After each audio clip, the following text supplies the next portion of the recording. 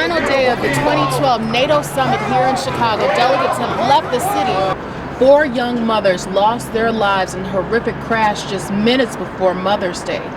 Now, of course, the St. Patrick's Day is about the parades, the floats, and of course, the tumblers.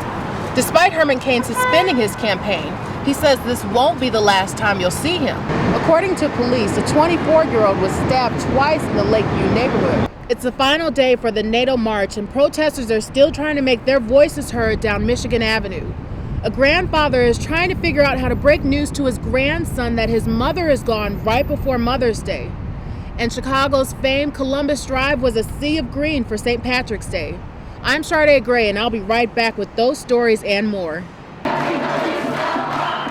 NATO protesters take one last march through Chicago's South Loop.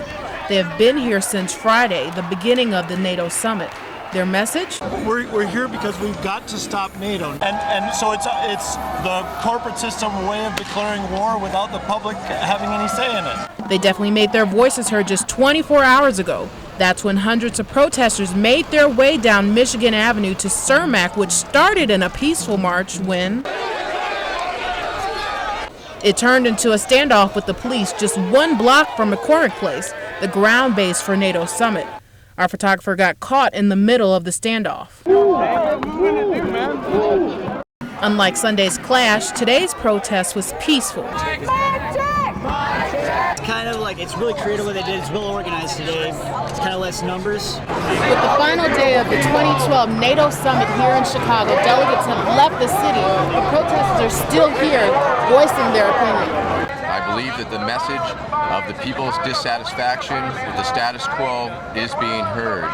Although protesters never stopped trying to get their message across, about 90 people were arrested this weekend. Police patience and persistence is now a model for other departments across the country. Shardaa Gray, NBC Chicago. 4 young mothers lost their lives in a horrific crash just minutes before Mother's Day. I'm Shardaa Gray, coming up with that story next.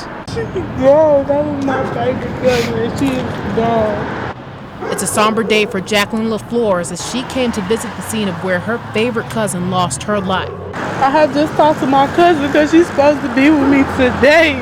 We're supposed to take our kids out for Mother's Day. 22-year-old Alicia Gostin was one of the young women who lost their lives on the eve of Mother's Day. 21-year-old Tyshara Hines and 25-year-old Bernadette Harris, along with Gostin, died at the scene. 21-year-old Aisha Nelson was the driver of the vehicle and passed away at Mount Sinai Hospital. Tyshara's father is carrying 2 heavy burdens. He not only lost a daughter, but a daughter-in-law, too. It's just something I got to cope with, though, you know? My daughter, he said, man, my sister's dead, my sister's dead. These young mothers were loved by many in their neighborhood. Denise Thomas cannot believe her young neighbors are gone so soon. I knew him since I was a little girl, Shira. And Isha, I knew she lived next door to me. I see her every day. It's crazy.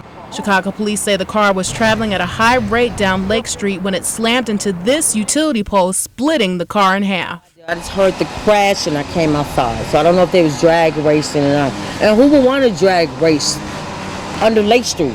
I mean, it's a dangerous street. The Chicago Police Department is investigating the cause of the accident. Shardaa Gray, NBC Chicago.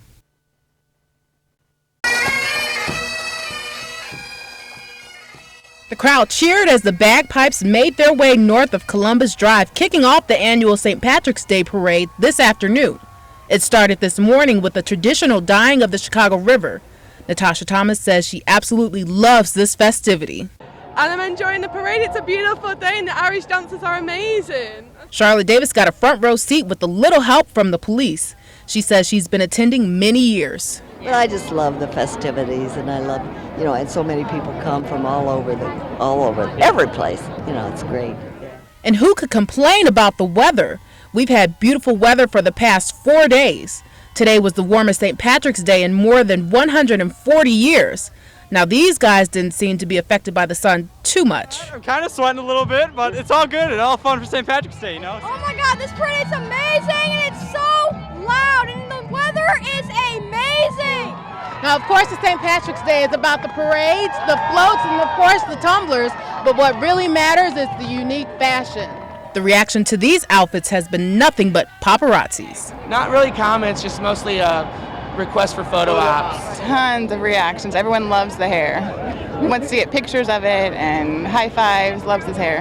After the past controversy, drunkenness at parades, this one was definitely family-oriented. Shardaa Gray, NBC5, Chicago.